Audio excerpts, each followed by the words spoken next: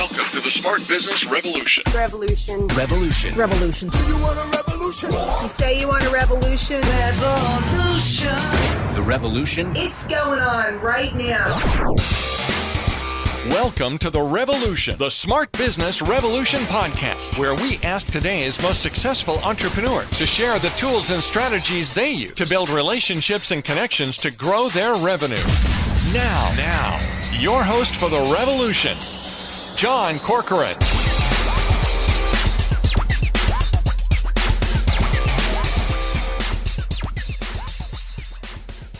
All right, welcome everyone. John Corcoran here, the host of this show. Every week I get to talk to interesting CEOs, founders, entrepreneurs, and writers and authors from all kinds of organizations ranging from YPO to EO, Activation, Blizzard, LendingTree, OpenTable, Netflix, Axe Software. I'm also the co-founder of Rise 25, where we help connect B2B business owners to their ideal prospects. And my guest this week is Anna David. She's the founder of Launchpad Publishing and the host of the Launch Your Book podcast as well, and a New York Times bestselling author of 8 books. She's been a featured speaker at 3 different TED events and been published in the New York Times, Time, and the LA Times, among many others, and has appeared repeatedly on the Today Show, the Talk, CBS Morning Show, and dozens of other programs, and has been written about in Entrepreneur, Forbes, and Martha Stewart Living, to name a few. Anna, such a pleasure to have you. We're going to hop into that in a moment. Of course, this episode is brought to you by Rise 25 Media, where we help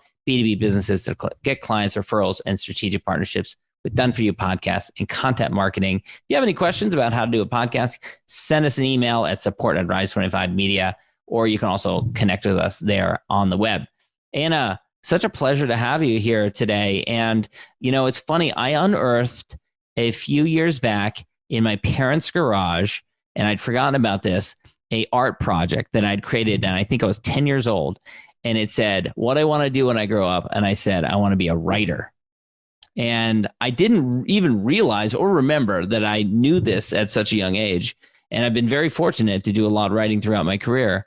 How about for you? Usually I launch these podcast interviews and I ask people about when they realize they want to be an entrepreneur, but writer, and entrepreneur. I'm curious for you, when did you realize you wanted to be a writer?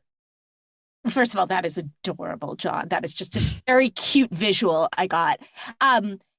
Honestly, writing is the only thing I ever knew how to do. It was the only thing I wanted to do. I recently found something where in first grade, I wrote what I wanted to do, and I wrote, I will go to Paris. I spelled Paris, Parice, and I will write, and I will a shop. So I don't know if that was open a shop or go to a shop. I was sick. So yeah, I just started writing, and my mom was an English professor. She's retired now, and her dissertation was published. So I saw her with her hands flying over the keyboard, and it was all I ever wanted to do. I started submitting. I have a rejection letter from 1978. I think before you were born. Is that before you were born? I was born in 75.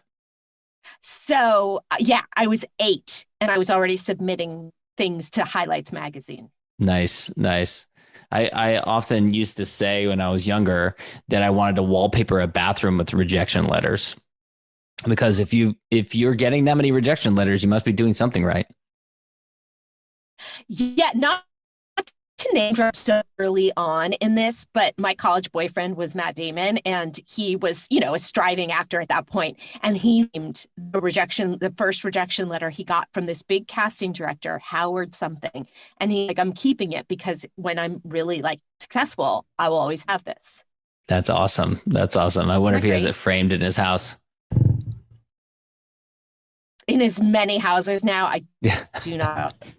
Now, he was a writer as well. Did you guys share a passion for writing?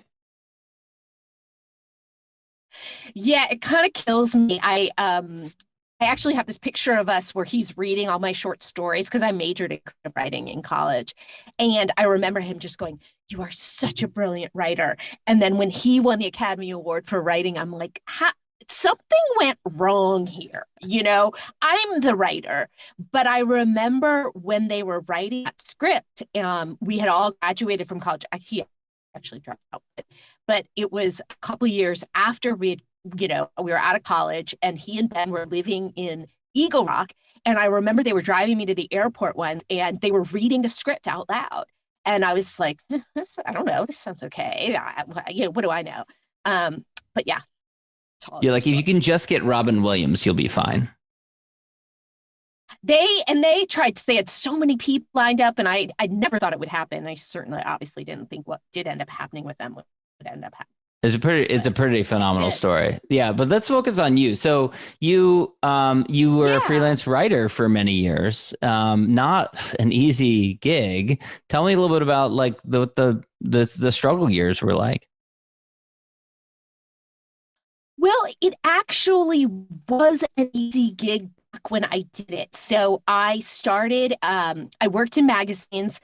It was easy if you were ever on staff at a magazine. So I started on staff at People magazine, then I went to Us Weekly, then I upgraded, I went to Premiere magazine. And then I had enough big clips, as we called them in those days, that I could pitch almost any magazine and they would say yes. So I started writing for Cosmo and Redbook, and back there were all those mag stuff, Maxim.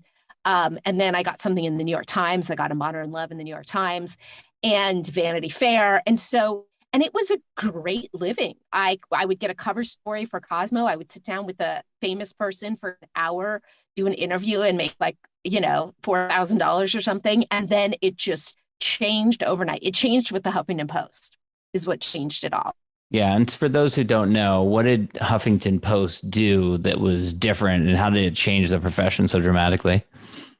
Well, they started aggregating content. So nobody had really seen that before. So rates were going from writers like me who got $2 a word, were suddenly with internet writing going down to $1 a word.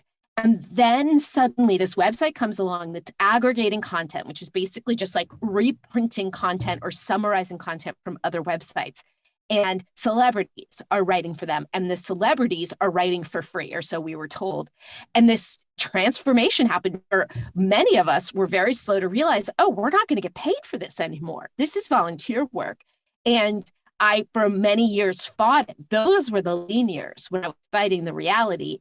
And then I realized, and I'm so grateful, this is over. This is done. And my former colleagues are all scrambling. The ones who didn't get out, the ones who are trying to get Substack newsletter deals and still struggling. So yeah, it radically transformed while I was doing it.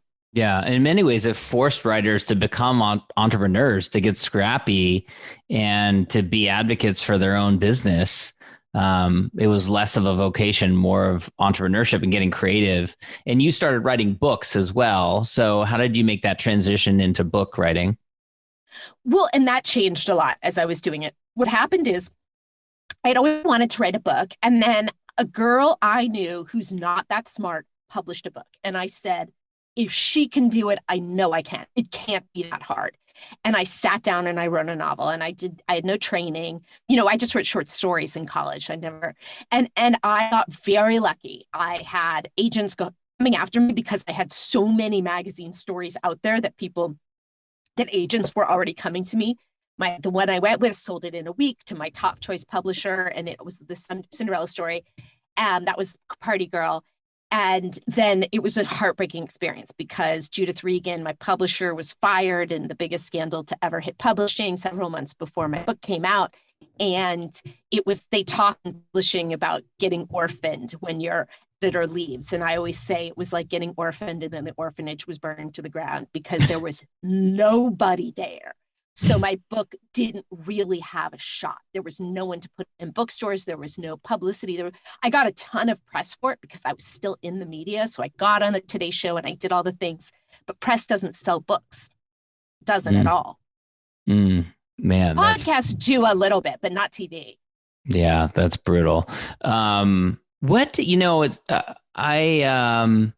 started, I was fortunate. I was 23 years old. I was a paid writer, and I interned in the White House speechwriting office, did a little bit of writing there, and then came back after in the Clinton years at the tail end of the administration. I was a writer in presidential letters and messages. And I remember just having this, I still have it, this name, it's in my office, nameplate that said John Corcoran, writer, which went on my office at the White House and feeling like I'd made it. How about for you? Where did you feel like you'd made it? Was it that people job? Was there something, other kind of marker that made you feel like you'd made it as a writer? I think, well, at Premiere, I didn't have a nameplate, but I had a door that closed. I made it out of the cubicle and I was a staff writer. And that was a big moment. And then selling Party Girl to Regan Books. And I distinctly remember when it sold. No, the week when I didn't know if it was going to sell. I said to myself, if I sell this, I will be happy for the rest of my life. And I was for about 2 weeks. And then I had that epiphany that, those who get what they want have, which is, oh my God, no thing is actually going to be the thing. And that's a brutal awakening, because having been raised on the value that if you get the stuff, you're going to, be happy every day. So that was really interesting. And it really helped me with publishing. It's such an undemocratic system where basically publishers put all their effort behind a few books that don't need that effort and then none behind everybody else. So it really inspires jealousy. And, to realize like, oh, I'm on my path. And even getting that, I would just want more. If I was Elizabeth Gilbert, I'd probably just want more. So let's get really happy with what I have. That said, when I was completely broke in 2010, and here I had a New York Times bestselling book. No, I didn't have the New York Times bestseller hadn't happened yet. But I was a writer. I was living in New York, and I was like, this is not going to work. I'm 39 years old, and I don't know how to do anything but write. And I really floundered for a few years. And then it was meeting Joe Polish and learning about marketing and setting up my business, where I realized, because I was like, oh, the world doesn't value writing skills. And I had the realization the world very much values writing skills. It doesn't value writers, but if you have the skills and you can provide them for the people who need them, they're very, very valued. And that was how I was able to start my business. And you also, have written a lot about your addictions. How did those two worlds collide with your career and the struggles you had in your career, making it profitable, and your addictions?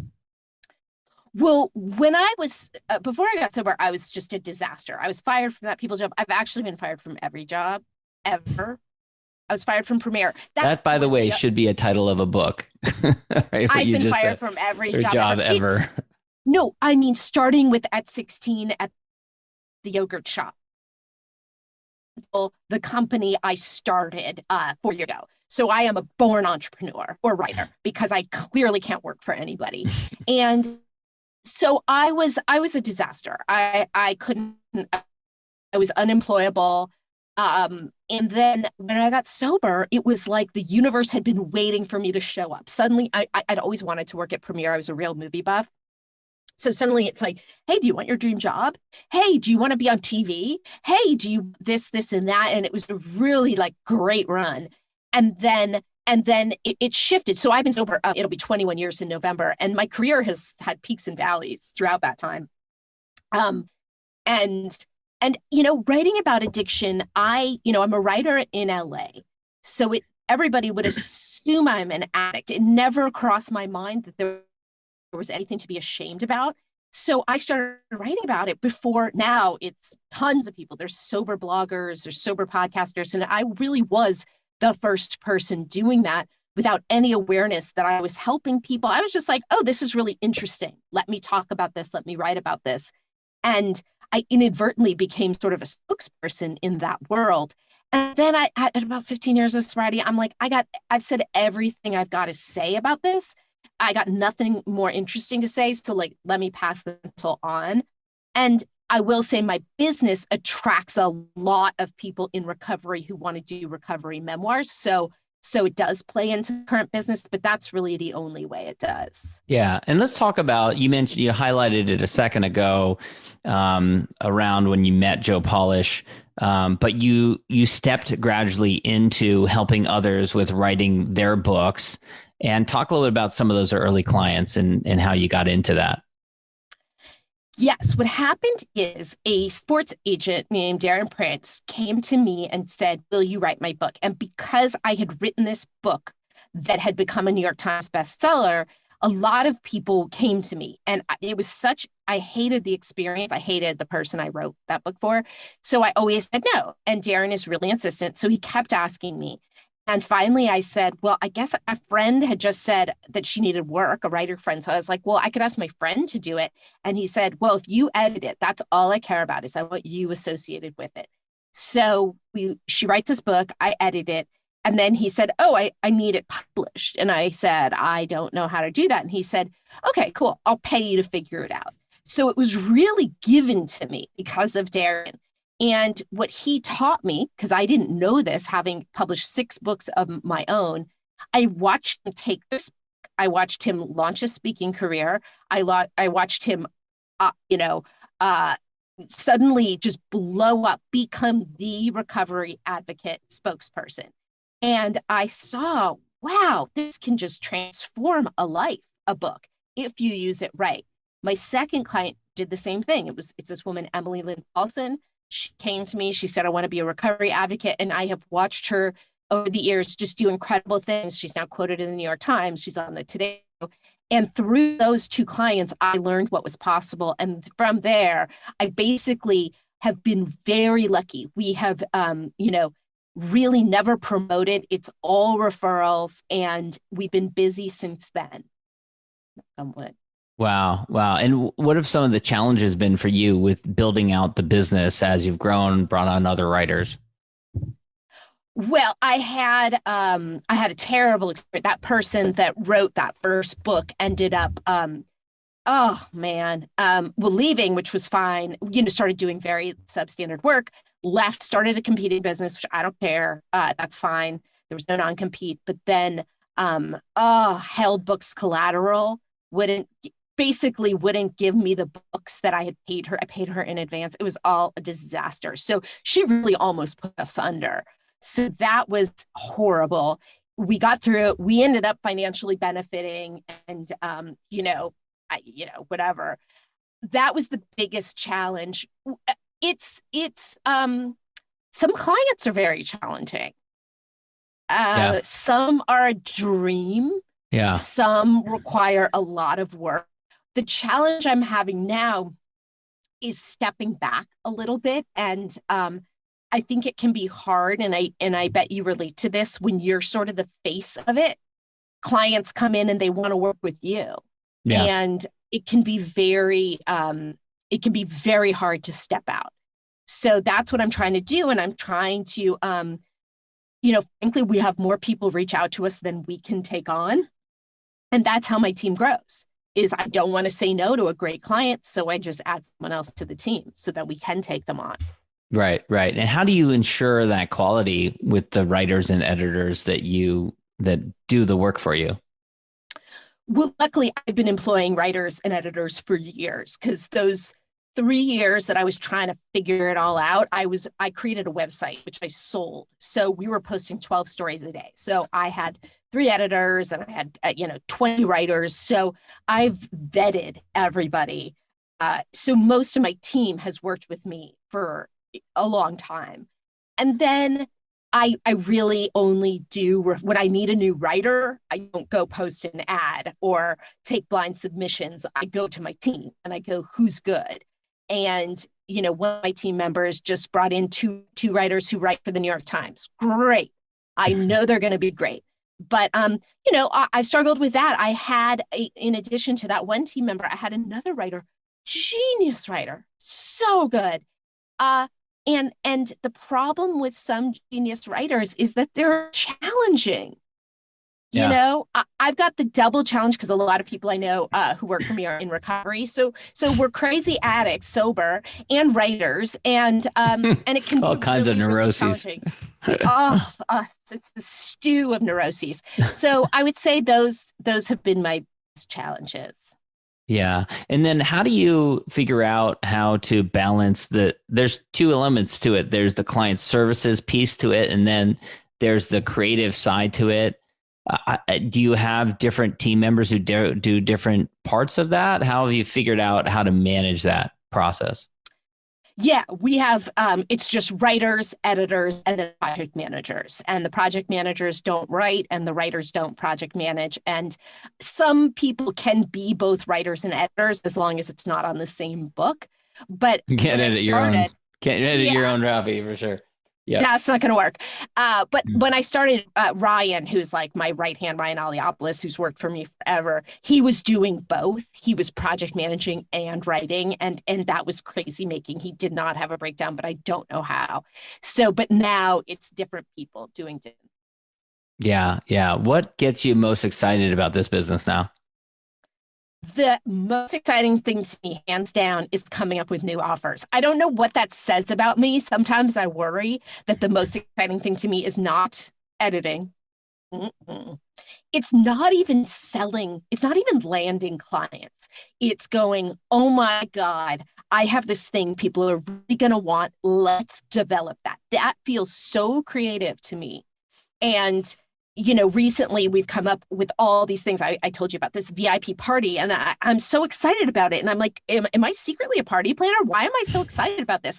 But I just love new and I love growth. And so it's really getting that what I want is I've got some great clients. Let's keep giving them things rather than risking going out and finding new people who may not be so easy to work with. Yeah. Or, it's interesting because as a lot of these different forms of medium kind of converge, I'm finding that there's not that much separation between these different forms of media. You hear now Audible books that are really series of podcast interviews, or you have a convergence of books that were published originally as blog posts or individually and then compiled together as chapters, which then become a ebook, which becomes a physical book. These different things. Are you noticing that in your business? Oh, completely.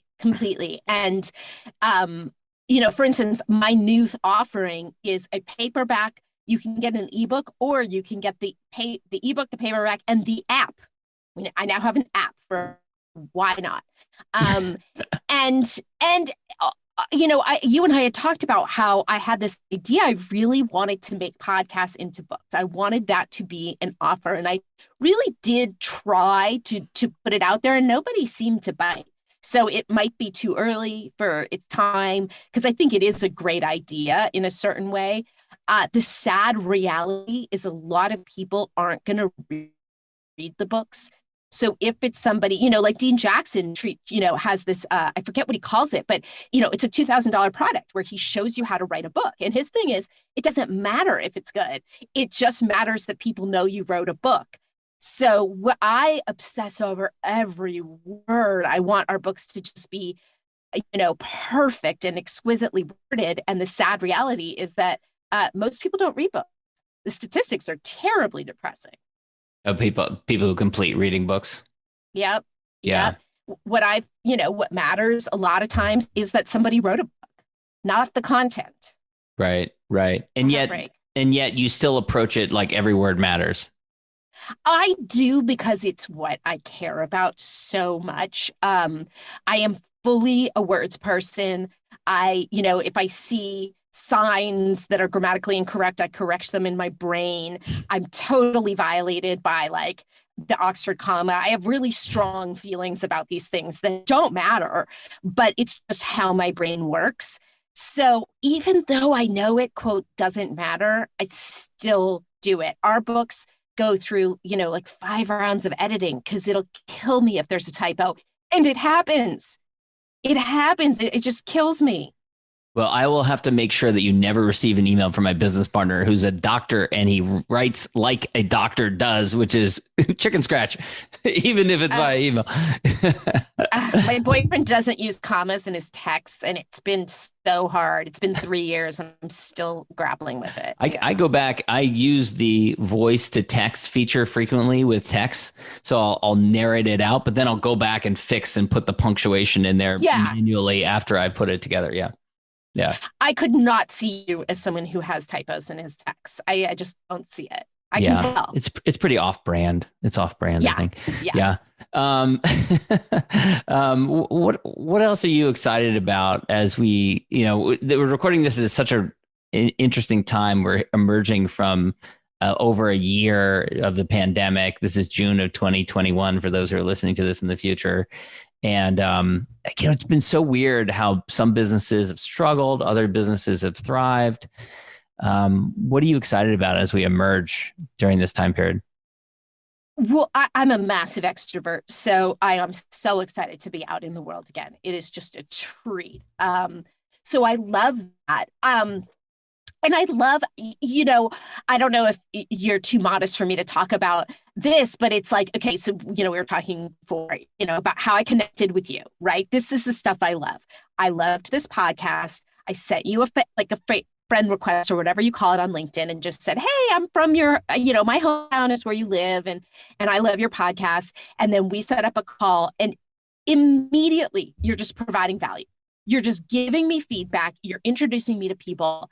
And I do think part of it is I joined EOA. And it's like this, fraternity sorority where it's suddenly like you're in this club and people want to help other people in it. So I'm super excited about that. And I just, because like that conversation with you gave me a month's worth of exciting new projects to develop and offers. And so I'm excited about that. I'm back to traveling. I'm going to go speak at a mastermind in Tulum. So wow, that I know. Wow, that doesn't suck. Does not suck. I'm also going to EO Detroit. So never been there. I used to speak at colleges in about recovery in, real small towns. And I kind of loved it going to these bizarre towns I'd never go to and hanging out for a couple days. So I just like new places I haven't been.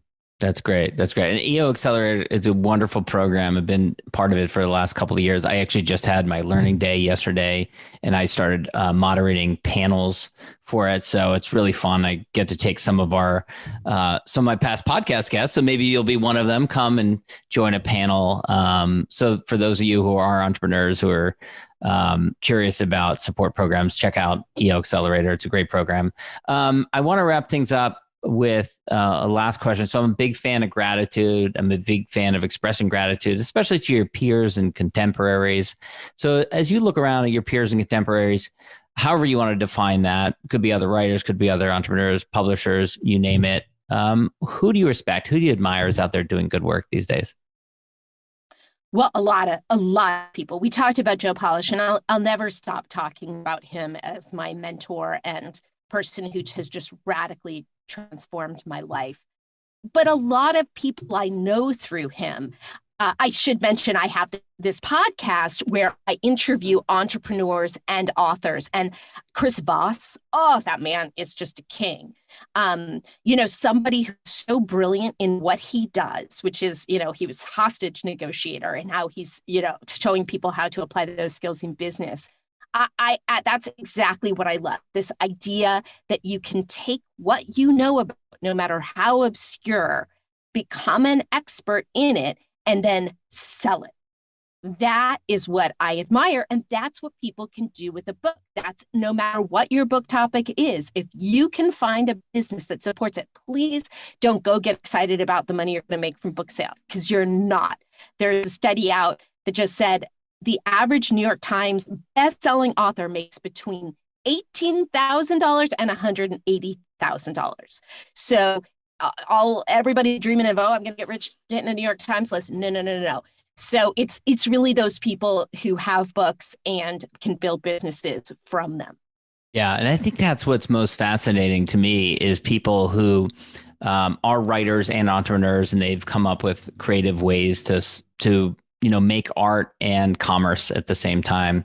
And Chris Voss, boy, what a great example. Never Split the Difference. That book has really put him on the map. If he hadn't come out with that book, there's no way that his name would be as well known as it is. Of course, there's a lot more to it than that. A lot of media attention, a lot of podcast appearances and various different interviews that he did. But the book definitely put him on the map, and it's a great book.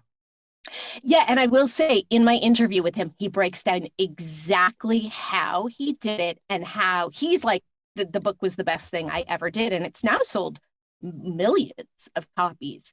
And he had a really particular system and how he promoted it and how he approached it and all of those things. So I do recommend that episode. I also think it's fascinating. And do you bring this to the work that you do? Is that it's contrarian advice, right? Because everyone talks about getting to splitting the difference when it comes to negotiation. And he said, no, when you negotiate, you shouldn't split the difference. And so a lot of the advice in that book goes against the grain from what we've been told. And I think that's part of the reason that it stood out so much in the market. Do you approach things similarly with your authors? Yeah, well, I'm very opinionated about traditional publishing is dead. And as somebody who has published 6 books with HarperCollins, that's a pretty, contrarian point of view. So I agree with that. I will say also, I've tried Chris's thing at hotels. Do you know this one, to get an upgrade? Oh, yeah. Yeah. I forget exactly what the advice was. What is it he says you say?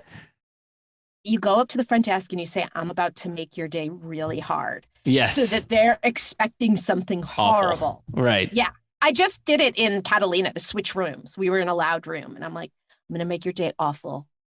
And they're like, what? And I go, can we just switch rooms? We're like, absolutely.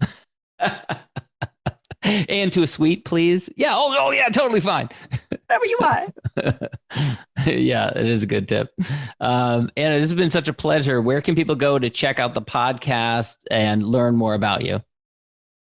So the podcast is called Launch Your Book with Anna David. It's wherever you can find podcasts. And if you go, I do have a great cheat sheet, 20 ways to launch a best-selling book, which you can get at launchabestsellingbook.com, the world's longest URL, launchabestsellingbook.com. And I'm on Instagram. I'm in all the places. Awesome. So, Anna, great. Thank you so much. Thank you so much. This was really fun. Thank you for listening to the Smart Business Revolution podcast with John Corcoran. Find out more at smartbusinessrevolution.com. And while you're there, sign up for our email list and join the revolution. Revolution. And be listening for the next episode of the Smart Business Revolution podcast.